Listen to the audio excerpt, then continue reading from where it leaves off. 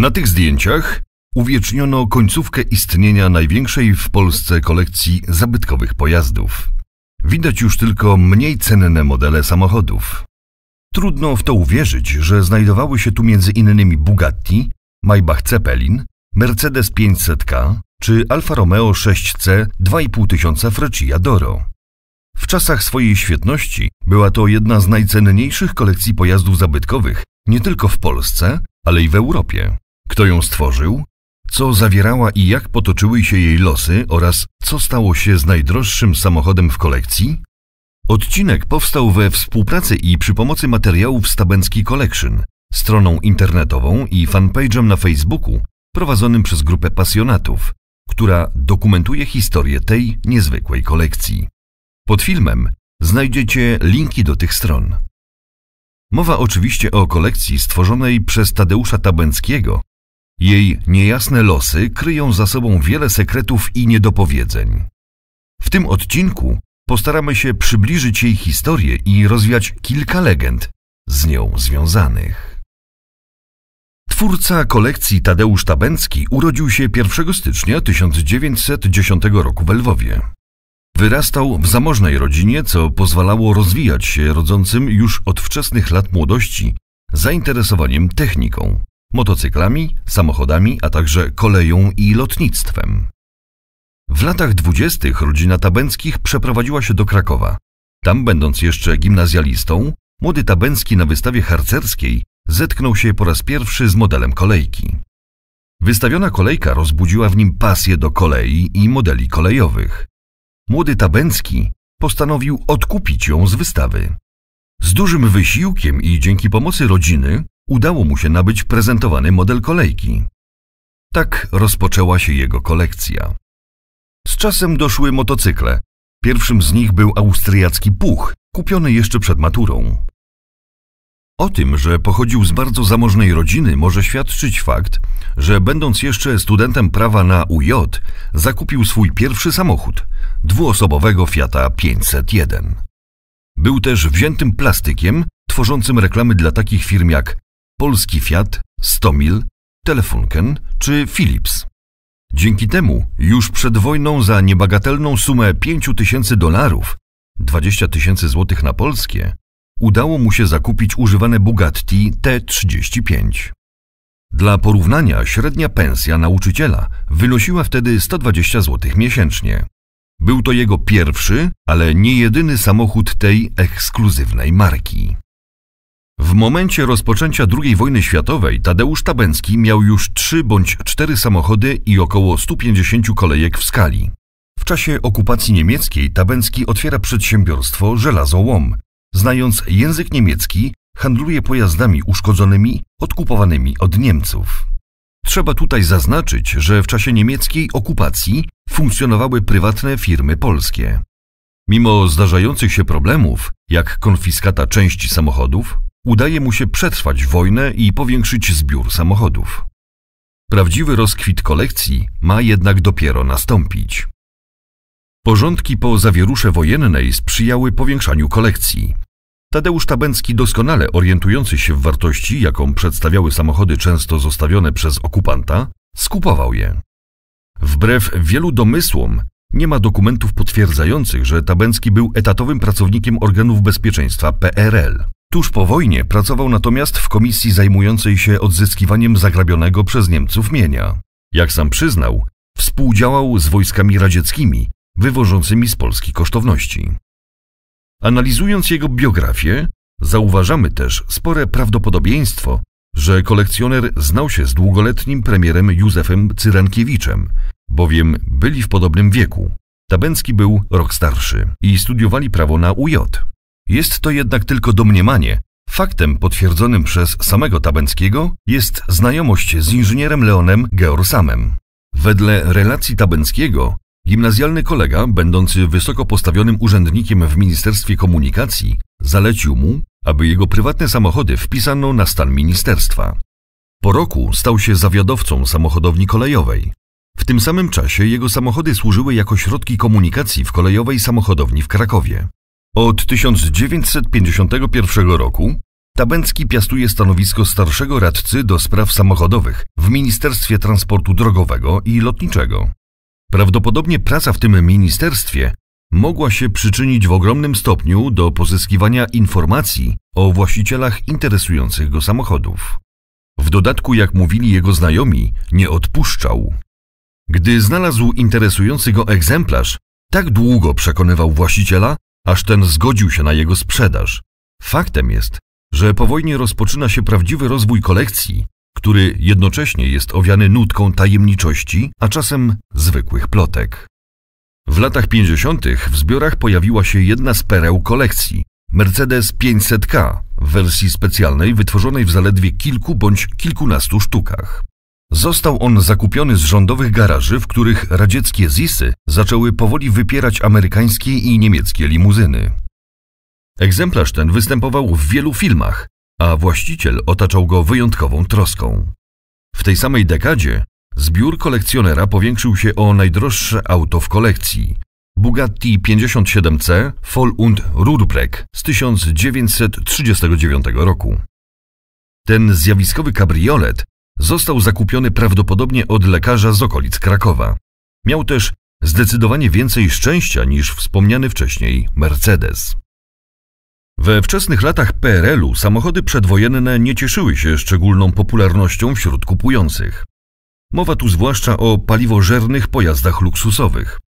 Właściciele takich aut często pozbywali się ich za stosunkowo niewielkie pieniądze.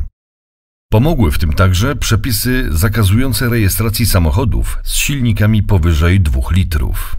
Mając dostęp do kartoteki pojazdów i znając ich wartość, Tabęcki docierał do ich właścicieli, proponując kupno. W owym czasie Tabęcki startował w rajdach samochodowych, między innymi w rajdzie Monte Carlo w 1959 roku. Wyjazdy te prawdopodobnie służyły również nawiązaniu kontaktów z zachodnimi kolekcjonerami. Były to czasy, kiedy ruch miłośników starych samochodów praktycznie nie istniał w Polsce. Sytuacja zaczęła się zmieniać dopiero w latach 60. Powiększająca się stale kolekcja sprawiła, że palącą potrzebą stało się wygospodarowanie większej ilości miejsca. W latach 50. Tabęcki opuszcza Kraków i udaje się do Warszawy. Dekadę później przenosi się pod stolicę. Ta decyzja w pewnym sensie odbiła swoje piętno na późniejszych losach kolekcji. Grodzisk Mazowiecki, niewielka miejscowość pod Warszawą. To w tym mieście od lat 60. Tabęcki postanowił gromadzić swoje zbiory. Na terenie Grodziska, na 2 nieodległych od siebie działkach, zbierał swoje pojazdy. Istnieje hipoteza, że nie były to jedynie 2 działki. W każdym razie, nawet uznając, że były tylko 2 lokalizacje, to, co się na nich znajdowało, zasługuje na oddzielną opowieść. Dość powiedzieć, że w czasach, kiedy właściciele cieszyli się ze zdrutowanej syrenki czy przedwojennej dekawki, w Grodzisku parkowały najznamienitsze Bugatti, BMW, Mercedesy, Maybachy, Delage, nie wspominając o innych niewiarygodnie rzadkich i luksusowych autach. Dziś na działce przy ulicy Orląt znajdują się tylko pozostałości dawnej świetności, murowany magazyn i niewielki domek. Ostatnie samochody wyjechały stąd w lecie 2016 roku. Wyjechały, a właściwie zostały wywiezione. W latach 60. nikt nie mógł przypuszczać, że tak potoczy się los wspaniałej kolekcji. Tabęcki skupował kolejne samochody. Był to okres, w którym najintensywniej handlował swoimi pojazdami. Przede wszystkim sprzedając bądź wymieniając ze znajomymi kolekcjonerami zza żelaznej kurtyny. Najważniejszą z perspektywy czasu transakcją była sprzedaż Bugatti 57C Voll- und Ruhrbrek z 1939 roku. Wywóz zabytkowego auta na zachód był z dzisiejszej perspektywy niezwykle wręcz trudny. Tabęcki musiał uwzględnić półoficjalną daninę dla państwa. Gdy na przykład sprzedał jedno ze swych aut, nabywca musiał przekazać kilka samochodów na potrzeby zawodników automobil klubu. Taka była cena transakcji, którą Tabęcki musiał uzgadniać na wyższych szczeblach. Stąd też wynikać mogą plotki na temat jego rzekomej współpracy z organami bezpieczeństwa PRL. Tadeusz Tabęcki umiał sobie radzić ze wszystkimi absurdami PRL-u, Dodatkowo znał języki obce niemiecki, angielski i francuski, co pomagało mu w kontaktach z zachodnimi kolekcjonerami. Już w latach 60. miał okazję gościć na zlotach samochodów zabytkowych za granicą. Był członkiem wielu klubów zrzeszających choćby tak elitarną markę jak Bugatti. Do dziś zachowały się imienne zaproszenia na takie imprezy wraz z obietnicą sfinansowania przez zapraszających przyjazdu polskiego kolekcjonera. Jedną z ciekawszych transakcji była z pewnością sprzedaż srebrnej strzały, czyli Mercedesa W125. Miało do tego dojść na przejściu granicznym między Berlinem Wschodnim i Zachodnim. Całość historii została opisana w miesięczniku Classic Auto nr 43. W latach 60. i 70. w domu Tabenckiego gościli niejednokrotnie uznani kolekcjonerzy z Europy Zachodniej czy USA, a nawet sam Ferry Porsche, syn słynnego Ferdynanda.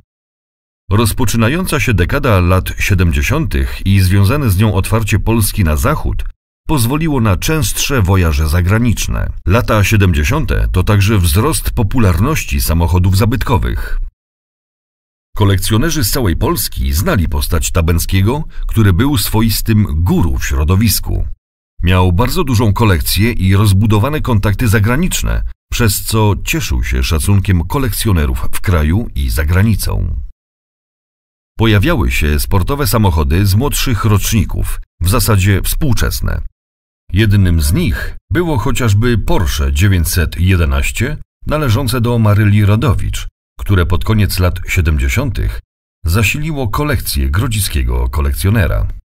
Tabencki miał słabość do sportowych samochodów. Sam również od lat przedwojennych startował w rajdach samochodowych jako kierowca, ale bez większych sukcesów.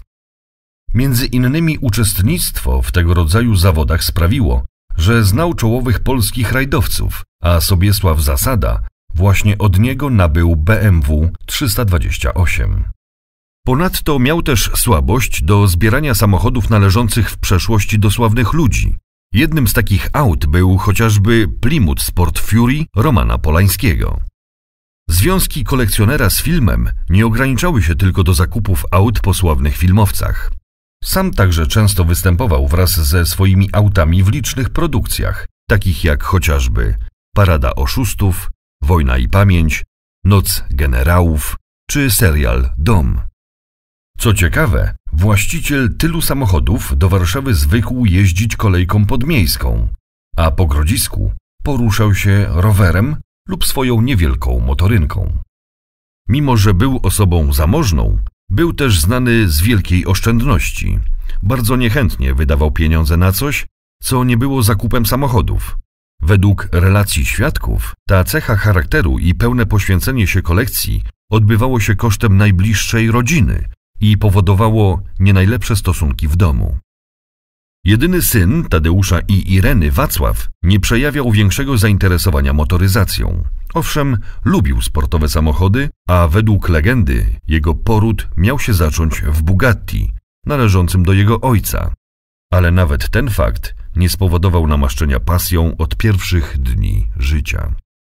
Różnice charakteru doprowadzały do częstych sporów między ojcem i synem. Lata 80. to początek problemów kolekcjonera, zaczęły się drobne kradzieże, włamania. Tabencki wizytował swoją drugą działkę w różnych godzinach, aby potencjalni złodzieje mieli utrudnione zadanie. Nie był jednak w stanie rozgonić czarnych chmur, które zbierały się nad kolekcją. Te na dobre zgromadziły się w latach 90. Otwarcie granic, nowa sytuacja polityczno-ekonomiczna i związany z tym wzrost przestępczości zorganizowanej nie wróżyły dobrze na przyszłość. Ujawniło się też feralne położenie miejscowości, o czym przeprowadzając się tu w latach 60. Tabencki nie mógł mieć pojęcia. Od Pruszkowa Grodzisk oddalony był o 15 kilometrów. Starszy mężczyzna mieszkał sam z żoną, syn wyprowadził się do Warszawy, gdzie założył swoją rodzinę. Tabencki został więc sam z ciężarem swojej kolekcji, co biorąc pod uwagę wspomniane wcześniej stosunki rodzinne, było zrozumiałe. Jak wspominają sąsiedzi, był życzliwym człowiekiem, nieskorym do awantur i zamkniętym w sobie. W 1994 roku doszło do napadu rabunkowego na starszego mężczyznę i jego żonę. Rabusie szukali pieniędzy, ale kompletnie nie interesował ich majątek zgromadzony w garażach czy na działce. Po tych wydarzeniach kolekcjoner wzmógł swoją ostrożność. Bardzo rzadko zapraszał gości, był nieufny. Stworzył specjalny system komunikacji.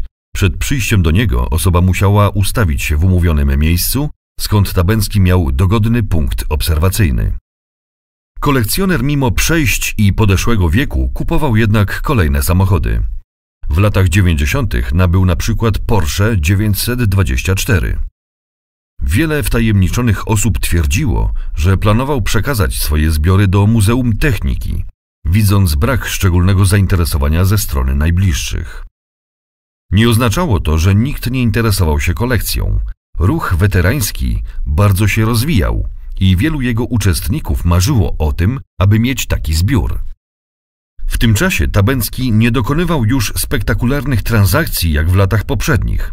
Bardzo ograniczył spotkania, wizyty i przyjmowanie gości. Był bardzo nieufny. Wiedział, że najlepszym pomysłem byłoby stworzenie właściwej ekspozycji pod egidą Muzeum Techniki, które jednak borykało się ze swoimi problemami. Tabencki, będąc niewątpliwie osobą zaradną życiowo, postanowił działać. Wkrótce na jego celowniku pojawiły się budynki po nieczynnej rzeźni. Do transakcji ostatecznie nie doszło. Na przeszkodzie stanęła śmierć. Tadeusz Tabencki zmarł śmiercią naturalną 30 stycznia 1996 roku w wieku 86 lat. Pozostawił największą w tym czasie i z pewnością najcenniejszą kolekcję motoryzacyjną w Polsce. Legenda głosi, że już w dniu pogrzebu doszło do pierwszych kradzieży. Kolekcja stała się teraz obiektem regularnych grabieży, a w 2001 roku po śmierci jego żony, która praktycznie do końca życia zamieszkiwała posesję, złodzieje działali już bez najmniejszych skrupułów. Co jakiś czas sprawą interesowały się media, ale to nie pomagało. Często wręcz zwiększało aktywność włamywaczy. Jedyny potomek nie udźwignął ciężaru utrzymania kolekcji. Często zastraszany pogróżkami, nie był w stanie stawić temu czoła. Najbardziej zagadkowym zdaje być się fakt, że nikt ze strony konserwatora zabytków nie zainteresował się na poważnie jej losem, mimo że kolekcja była wpisana do rejestru zabytków. Ukochany Mercedes 500K, który jeszcze w latach 90. był ozdobą rajdów pojazdów zabytkowych, został pocięty. Podobny los spotkał wiele innych aut. Cenniejsze rozkradziono, natomiast te mniej cenne pozostawiono na pastwę korozji i złomiarzy, którzy przez lata w Grodzisku mieli prawdziwe Eldorado. Tak zakończyła się historia unikatowej kolekcji, choć istnieją głosy, że kilka cennych eksponatów jest dobrze ukrytych i prawdopodobnie nigdy nie wypłyną na światło dzienne, by nie zdradzić swojego pochodzenia. Pytań jest w tym przypadku więcej niż odpowiedzi. Jedną z niewielu dobrych informacji dotyczących tej kolekcji jest fakt, że wspomniane na początku historii Bugatti 57C Voll und Rurbreck ocaliła sprzedaż przez Tabenckiego w latach 60. I w tym momencie auto znajduje się w rękach prywatnego kolekcjonera z USA. Dużo szczęścia miały też srebrne strzały, które zostały sprzedane w latach 60. Więcej o historii kolekcji z Grodziska znajdziecie na stronie www.tabencki-collection.pl, kanale YouTube oraz fanpage'u o tej samej nazwie. Do zobaczenia.